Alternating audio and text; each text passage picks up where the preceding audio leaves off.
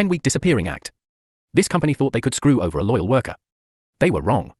I started working at old company when I was 20 years old. Back then it wasn't some faceless corporation, it was a family-owned business where the owner knew your kids' names, and where loyalty meant something. Over 4 decades later, at 63, I was still there.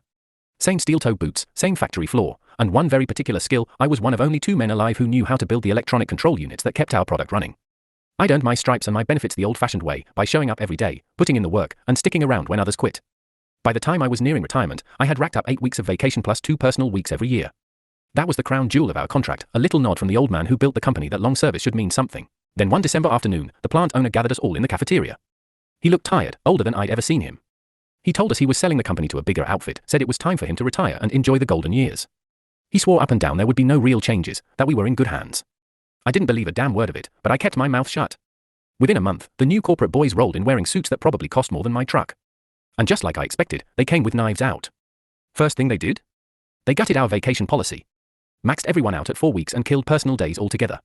No payout for unused time. Use it or lose it, they said, with smiles that didn't reach their eyes. Guys who had been saving time for family trips or emergencies were screwed overnight. But they didn't stop there. They marched into the office and started axing anyone close to retirement. My backup, the only other man who knew how to build those control units, was one of the first to go. Just like that, I was the last one standing. And here's the kicker, in their wisdom, they also changed the vacation rules. No approval needed anymore. If you wanted time off, you just called in.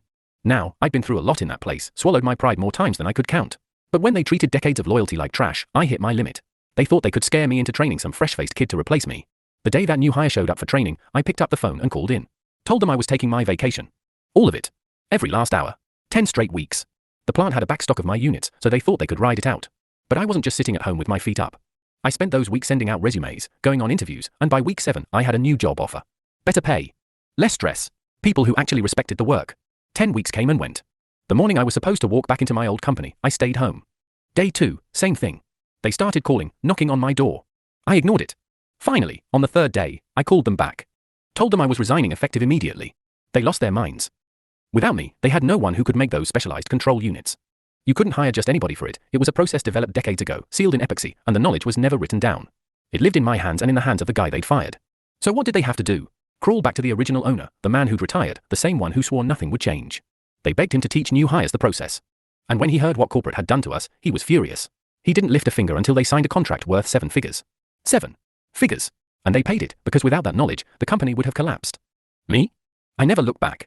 Sometimes I still drive by the old plant and wonder if those suits ever learned their lesson.